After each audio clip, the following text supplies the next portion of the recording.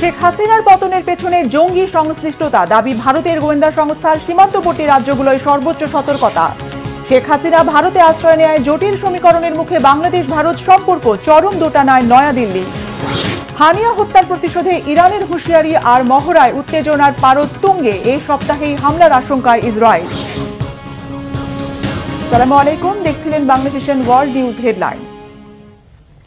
শেখ হাসিনার পদত্যাগ ও ভারতে পালানোর নেপথ্যে মার্কিন ষড়যন্ত্রকে তিনি সহ অনেকে দায়ী করলেও এর সত্যতা অস্বীকার করেছে হোয়াইট হাউস। যুক্তরাষ্ট্রকে নিয়ে গুঞ্জনের মধ্যেই বাংলাদেশের রাজনৈতিক পট পরিবর্তনের পেছনে পাকিস্তানের গোয়েন্দা সংস্থা আইএসআই আর জঙ্গি সংশ্লিষ্টতার নতুন গল্প নিয়ে হাজির ভারতের কেন্দ্রীয় গোয়েন্দা সংস্থা। বাংলাদেশ লাগোয়া পশ্চিমবঙ্গ, আসাম, মেঘালয়, মিজোরামে জারি হয়েছে সর্বোচ্চ নিরাপত্তা সতর্কতা। বিস্তারিত মেহরাব হোসেন খানের ডেস্ক রিপোর্টে। ছাত্র জনতার তীব্র আন্দোলন, একের পর এক নজিরবিহীন সহিংসতা আর প্রাণহানির ধারাবাহিকতায় গত 5 আগস্ট পদত্যাগ করে ভারতে পালান তৎকালীন প্রধানমন্ত্রী শেখ হাসিনা। কয়েক সপ্তাহের আন্দোলনে অপ্রত্যাশিতভাবে ক্ষমতা ছাড়তে বাধ্য হলেও সদ্য ক্ষমতাচ্যুত দল আওয়ামী লীগের বিভিন্ন মহল থেকে অভিযোগ ওঠে এই পরিস্থিতির জন্য দায়ী যুক্তরাষ্ট্রের ষড়যন্ত্র। সরকার উৎখাতে ষড়যন্ত্রের অভিযোগ আর গুঞ্জনের মধ্যেই এ বিষয়ে প্রতিক্রিয়া দিয়েছে যুক্তরাষ্ট্র। হোয়াইট হাউস জানিয়েছে জনগণের ইচ্ছায় পরিবর্তন হয়েছে, এর সাথে জড়িত নয় যুক্তরাষ্ট্র।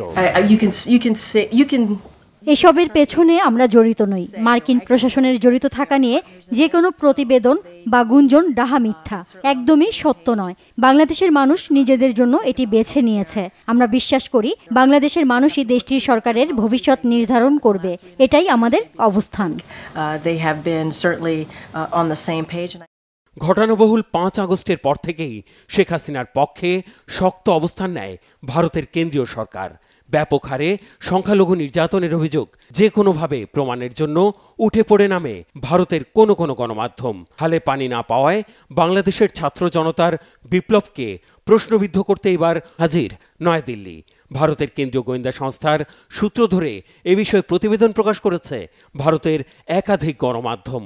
বলা হয়েছে, ছাত্র জনতার ভিড়ে মিশে ভয়াবহ সহিংসতা উস্কে দিয়ে শেখ হাসিনার শাসনের ইতি টানার পরিকল্পনা সুকৌশলে পরিণতির দিকে নিয়ে গেছে পাকিস্তানের গোয়েন্দা সংস্থা আইএসআই। এর পেছনে সহযোগী হিসেবে ছিল একাধিক জঙ্গি গোষ্ঠী। আইএসআই ও জঙ্গি সংশ্লিষ্টতার উদাহরণ টানতে গিয়ে 23 জুলাই নরসিংদী আর 5 আগস্ট শেরপুরের কারাগারে হামলা এবং শত শত কয়েদি পালানোর বিষয়টি উল্লেখ করেছে ভারতের কেন্দ্রীয় গোয়েন্দা সংস্থা। গাজীপুরের কাশিমপুর কারাগার থেকে কয়েদি পালানোর বিষয়টিও এড়ায়নি। বলা হয়েছে, কট্টর জঙ্গিরা ছাত্রদের ভিড়ে মিশে গিয়ে এই অপকর্ম করেছে। কারাগার থেকে লুট করা বিপুল পরিমাণ অস্ত্র ও গুলি সংখ্যালঘু নির্যাতনে ব্যবহার করা হচ্ছে। আর এই হামলা ও লুটপাটে নেতৃত্ব দিয়েছে সদ্য নিষিদ্ধ ঘোষিত জামায়াতে ইসলামী বাংলাদেশ, ছাত্র শিবির ছাড়াও বাংলাদেশে তৎপর জঙ্গি গোষ্ঠীগুলো। জঙ্গি গোষ্ঠী হিসেবে আনসারুল্লাহ বাংলা টিম, আনসার আল ইসলাম, লস্করি তৈয়বা, জাগ্রত মুসলিম জনতা বাংলাদেশ সহ 9টি নাম ওই গোয়েন্দা প্রতিবেদনে উল্লেখ করা হয়েছে। এমন পরিস্থিতিতে বাংলাদেশ লাগোয়া পশ্চিমবঙ্গ, আসাম, মেঘালয় ও মিজোরাম সীমান্তে অনুপ্রবেশ ঠেকাতে আর জঙ্গি হামলার আশঙ্কায় সর্বোচ্চ নিরাপত্তা সতর্কতা জারি করা হয়েছে। অনুপ্রবেশের চেষ্টা করায় গত শুক্রবার কমপক্ষে 1000 মানুষকে পুশব্যাক করা হয়েছে বলে দাবি করেছে ভারতের সীমান্তরক্ষী বাহিনী BSF. Mehrab Hossain Khan, Bangla vision news desk. ছাত্র জনতার আন্দোলনে শেখ হাসিনা পদত্যাগ করে ভারতে আশ্রয় নেয় খুব জটিল সমীকরণের মুখে পড়েছে প্রতিবেশী দুই দেশের সম্পর্ক। 15 বছরের শাসনামলে শেখ হাসিনা সামর্থ্যের সর্বোচ্চটা দিয়ে ভারতকে তুষ্ট রাখার চেষ্টা করেছেন। আওয়ামী লীগ ও শেখ হাসিনার সঙ্গে ঘনিষ্ঠ অংশীদারিত্বের সম্পর্ক থাকায় চরম দোটানায় পড়েছে নয়াদিল্লি। পরীক্ষিত মিত্র শেখ হাসিনার স্বার্থ আর নিরাপত্তা অটুট রেখে বাংলাদেশের সাথে সম্পর্ক কোন পথে এগুবে? শত্রুতা এড়িয়ে কিভাবে মিটবে দুই দেশের অনুচ্চারিত বিরোধ? বিস্তারিত হাফিজুল ইসলামের ডেস্ক রিপোর্টে। ঐতিহাসিকভাবেই ভারতীয় কংগ্রেসের সঙ্গে আওয়ামী লীগ ও শেখ হাসিনার ছিল গভীর সম্পর্ক। ২০০৯ সালে হাসিনা ক্ষমতায় ফেরার পর প্রণব মনমোহন নেতৃত্বাধীন সরকারের সঙ্গেও বাড়ে ঘনিষ্ঠতা। ২০১৩ সালের বিরোধী দলহীন নির্বাচনী নাটক সফল করতে ঢাকায় প্রকাশ্যে তৎপরতা চালানোর অভিযোগ রয়েছে তৎকালীন ভারতীয় পররাষ্ট্র সচিব সুজাতা সিংয়ের বিরুদ্ধে। ২০১৪ সালে বিজেপির নরেন্দ্র মোদী প্রধানমন্ত্রী হলে ধারণা করা হয়েছিল বাংলাদেশের রাজনীতিতে কমবে নয়াদিল্লির অযাচিত হস্তক্ষেপ, কিন্তু হয়েছিল তার উল্টো। মনে করা হয় ২০১৮ এবং ২০২৪ সালের নির্বাচনে শেখ হাসিনাকে ক্ষমতায় রাখতে পর্দার আড়াল থেকে সাধ্যমতো চেষ্টা করেছে কট্টর হিন্দুত্ববাদী মোদী সরকার। বিতর্কিত ও একতরফা নির্বাচনের মাধ্যমে টানা চতুর্থবার প্রধানমন্ত্রী হন শেখ হাসিনা। ক্ষমতায় আসার বর্ষপূর্তি হওয়ার আগেই হাসিনাকে দেশ ছেড়ে পালাতে হবে তা হয়তো কেউ স্বপ্নেও ভাবেনি। বিশ্লেষকরা মনে করছেন জনপ্রিয়তার তলানিতে থাকা একজন স্বৈরশাসককে ক্ষমতা আঁকড়ে থাকতে সহায়তা করায় বাংলাদেশিদের মধ্যে তীব্র হয়েছে ভারত বিদ্বেষ। তাই ক্ষমতার পালা বদলে বাংলাদেশে ব্যাপক হারে কমবে ভারতের প্রভাব। কিন্তু দ্বিপাক্ষিক সম্পর্ক হ্রাসের ঝুঁকি সত্ত্বেও কেন হাসিনাকে আশ্রয় দিচ্ছে দিল্লি? ১৯৭৫ সালে মুজিব পরিবারের হত্যাকাণ্ডের পর ভারতে নির্বাসিত জীবন কাটিয়েছেন হাসিনা। এবার ক্ষমতা হারিয়ে ৫ আগস্ট দিল্লিতে অবতরণের সময় তাকে স্বাগত জানান ভারতের জাতীয় নিরাপত্তা উপদেষ্টা অজিত দোভাল। এমন উচ্চপদস্থ কর্মকর্তার উপস্থিতি প্রমাণ করেছে ক্ষমতা হারানোর পরেও হাসিনাকে গুরুত্ব দিচ্ছে মোদী সরকার। আরেকটি স্বাধীন দেশের অভ্যন্তরীণ বিষয়ে নাক গলানোর অভিযোগ নিয়েও আওয়ামী লীগ নেত্রীর পাশে দাঁড়িয়েছে তারা। এর পেছনের কারণ কি শুধুই পুরনো বন্ধুত্ব? বাংলাদেশের জাতীয় নির্বাচনের মাত্র ৬ মাসের মাথায় এরকম আকস্মিক পরিবর্তনের জন্য প্রস্তুত ছিল না ভারত। ব্যাপক জনরোষের মুখে দেশত্যাগের ফলে আওয়ামী লীগ নেত্রী শীঘ্রই ক্ষমতায় ফিরবেন এমন সম্ভাবনাও দেখছে না দিল্লি। সেক্ষেত্রে দেশটির অভ্যন্তরীণ রাজনীতি এবং বৈদেশিক নীতির ক্ষেত্রে উল্লেখযোগ্য প্রভাব ফেলবে ঢাকার নতুন সরকার। অনিশ্চয়তার মুখে পড়বে দুই দেশের বাণিজ্য, আঞ্চলিক নিরাপত্তা এবং আন্তর্জাতিক সম্পর্ক। সাম্প্রতিক সময়ে বাংলাদেশ পরিণত হয়েছিল ভারত ও চীনের প্রতিযোগিতার একটি কুরুক্ষেত্রে। চীনের বেল্ট অ্যান্ড রোড ইনিশিয়েটিভে স্বাক্ষর করেছিল বাংলাদেশ। ফাইটার জেট, সাবমেরিন সহ সামরিক সরঞ্জাম বিনিময় চুক্তির সম্ভাবনায় উষ্ণ হয়ে উঠেছিল ঢাকা বেইজিং সম্পর্ক। ফলে রাজনৈতিক পট পরিবর্তনে বাংলাদেশে চীনের ভূমিকা নিয়ে আগের চাইতে শঙ্কায় থাকবে ভারত। শেখ হাসিনাকে শরণার্থী নাকি অন্য কোনো মর্যাদায় আশ্রয় দিয়েছে ভারতীয় প্রশাসন সেটা এখনও স্পষ্ট নয়। ভারতের সুনির্দিষ্ট কোনো শরণার্থী নীতি না থাকার পরেও নয়াদিল্লি কর্তৃক তাকে নিরাপত্তার বিষয়টি সন্দেহের চোখে দেখছেন অনেক বিশ্লেষক। সাবেক প্রধানমন্ত্রী ভারত থেকে কোনো তৎপরতা চালাতে চাইলে দিল্লি তাতে সম্মতি দিতে পারে। বিভিন্ন অসমর্থিত সূত্রে প্রকাশিত সংবাদের কারণে দেখা দিয়েছে এমন আশঙ্কাও।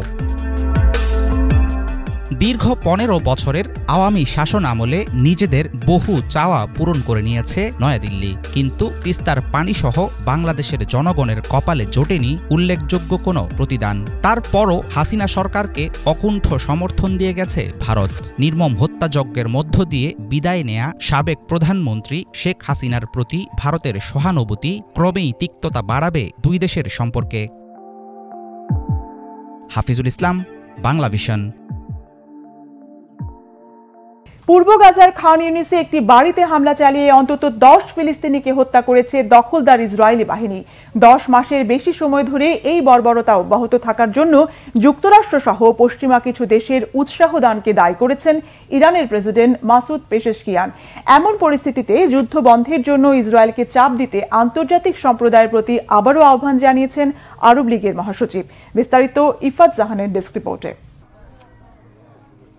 গাজার পূর্ব খান ইউনিসের আফসান আল কাবিরা শহরে একটি বাড়িতে ইসরায়েলি বাহিনীর হামলায় কমপক্ষে 10 জন ফিলিস্তিনি প্রাণ হারিয়েছেন। এই ঘটনায় অনেকে আহত হন। ফজরের নামাজের সময় গাজার আল তাবাইন স্কুলে ইসরায়েলি বাহিনীর হামলায় কমপক্ষে 100 ফিলিস্তিনি মারা গেছেন বলে জানা গেছে। ইরানের প্রেসিডেন্ট মাসুদ পেজেশকিয়ান বলেন, ইসরায়েলকে গাজায় অপরাধ অব্যাহত রাখতে উৎসাহিত করছে মার্কিন যুক্তরাষ্ট্র এবং পশ্চিমা কিছু দেশ।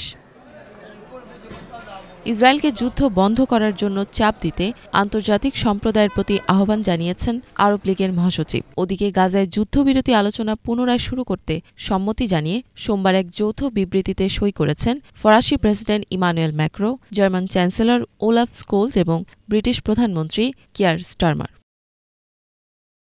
গত ৪৮ ঘণ্টায় গাজা উপত্যকায় ইসরায়েলি সামরিক অভিযানে ১৪২ জন মারা গেছেন, আহত হন ১৫০ জন। গাজায় এখন পর্যন্ত ইসরায়েলি বাহিনীর নির্বিচার হামলায় কমপক্ষে ৩৯,৮৯৭ জন প্রাণ হারিয়েছেন, আহত হয়েছেন ৯২,১৫২ জন।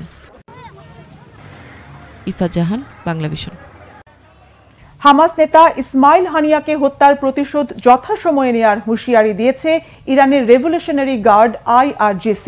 শুধু হুঁশিয়ারিতেই থেমে নেই IRGC সেনারা। দেশের পশ্চিমাঞ্চলে চলছে একের পর এক সামরিক মহড়া। বৃহস্পতিবারের মধ্যেই ইরান হামলা চালাতে পারে বলে আশঙ্কা করছে ইসরায়েলের গোয়েন্দা সংস্থা। হিজল জোবাইরের ডেস্ক রিপোর্টে বিস্তারিত। হামাসের শীর্ষ নেতা ইসমাইল হানিয়ার গুপ্ত হত্যার ঘটনায় ইসরায়েলের ওপর চরম বদলা নেয়ার প্রস্তুতি নিচ্ছে ইরান। যদিও কবে নাগাদ এই বদলা নেওয়া হবে তা নিয়ে চলছে জল্পনা কল্পনা।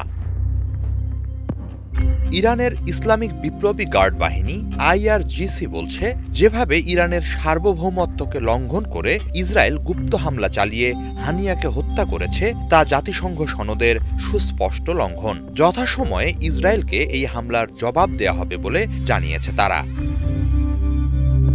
জাতীয় সাংবাদিক দিবস উপলক্ষে কম প্রদেশে আয়োজিত এক অনুষ্ঠানে IRGCর মুখপাত্র আলী মোহাম্মদ নাইনি বলেন, হানিয়া হত্যার বদলা নিতে ইরান প্রতিশ্রুতিবদ্ধ। ইরানের বিভিন্ন রাষ্ট্রীয় সংবাদ মাধ্যম বলছে, শক্তি প্রদর্শনের অংশ হিসাবে পশ্চিমাঞ্চলে একের পর এক সামরিক মহড়া চালাচ্ছে IRGC। অন্তত মঙ্গলবার পর্যন্ত এসব চলবে।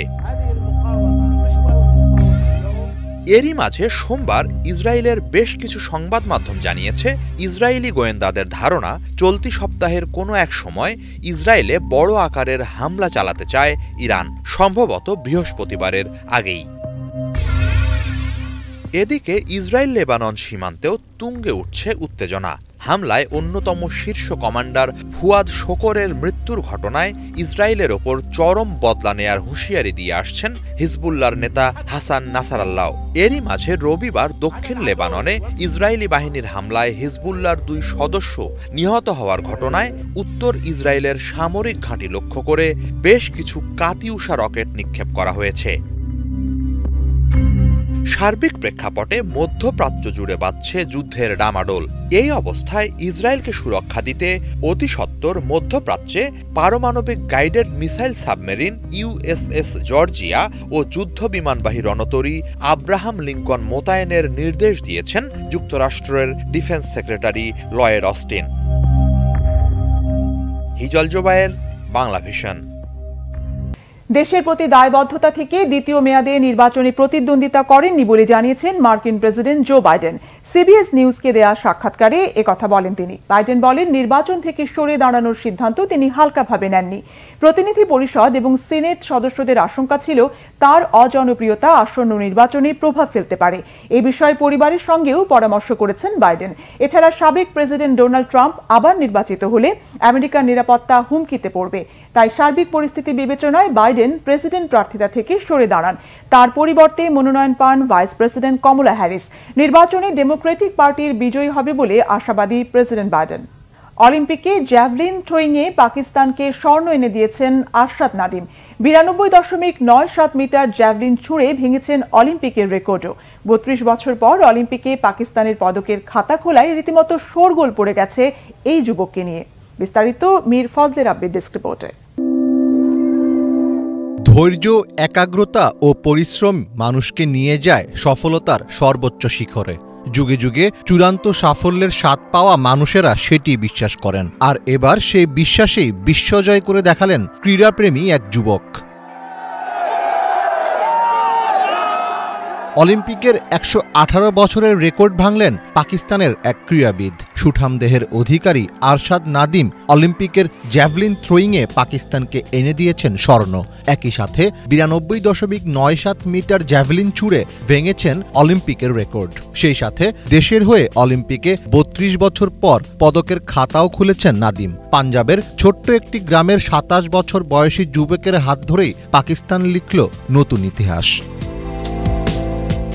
তবে এমন অর্জনের দীর্ঘ পথ মোটেও সহজ ছিল না।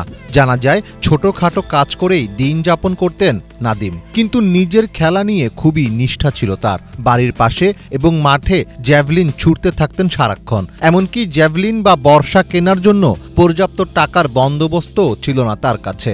অনেক কষ্টে অনুশীলন চালাতে হতো তাকে। একটি মাত্র বর্ষা দিয়েই অনুশীলন চালিয়েছিলেন টানা 7 বছর। এছাড়া ছিল না ভালো কোনো প্রশিক্ষণেরও ব্যবস্থা। পরবর্তীতে নাদিমের গ্রামবাসী তার খেলার প্রতি এমন একাগ্রতা দেখে চাঁদা তুলে জ্যাভলিন ও ট্রেনিংয়ের ব্যবস্থা করে দেয়। ক্রিকেটের মতোই নাদিমের এ ইভেন্টে আলাদা করে চোখ ছিল পাকিস্তান ও ভারত দুই দেশেরই। কারণ ফাইনালে নাদিমের প্রতিদ্বন্দ্বী ছিলেন ভারতের নীরাজ চোপড়া। তবে শেষমেশ রৌপ্য পদক নিয়েই থামতে হয় নীরাজকে। রেকর্ড গড়া থ্রো নিয়ে নাদিম বলেছেন, যখনই জ্যাভলিনটা ছুড়লাম হাত থেকে বেরোনোর ওই অনুভূতিটা হয়েছে। মনে হয়েছে এবারই বোধহয় অলিম্পিক রেকর্ড হতে পারে, আর হয়েছেও ঠিক তাই। আরশাদ নাদিমের সাফল্যে এখন আনন্দে মাতোয়ারা পুরো পাকিস্তান। পাকিস্তানের তারকা জ্যাভলিন থ্রোয়ারকে নিয়ে তাই রীতিমতো শোরগোল পড়ে গেছে দেশে। প্যারিস থেকে দেশে ফেরার পরে নাদিমকে ঘিরে উচ্ছ্বাস দেখা যাচ্ছে বাঁধন ছাড়া। সরকারি ও বেসরকারি বিভিন্ন জায়গা থেকে বিস্তর সংবর্ধনা ও পুরস্কার পাচ্ছেন পাকিস্তানি তারকা।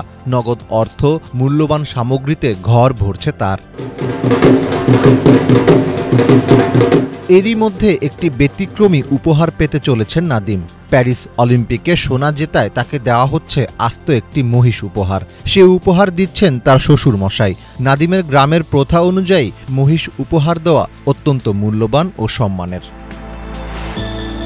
প্যারিস অলিম্পিকে সোনা জয়ের পরে শুধু পুরস্কার নয়, পাকিস্তানের সর্বোচ্চ নাগরিক সম্মাননাও পেতে চলেছেন তিনি। নাদিমকে দেশটির দ্বিতীয় সর্বোচ্চ পুরস্কার তথা হিলাল ই ইমতিয়াজে ভূষিত করার কথা ঘোষণা করেছে পাকিস্তান। সামনেই পাকিস্তানের ৭৭তম স্বাধীনতা দিবস, আর সেই উপলক্ষে আজম ই ইশতেহকম নামে একটি স্মারক পোস্টেজ স্ট্যাম্প জারি করার কথাও ঘোষণা করা হয়েছে। মীর ফজলে রাব্বি, বাংলা ভিশন।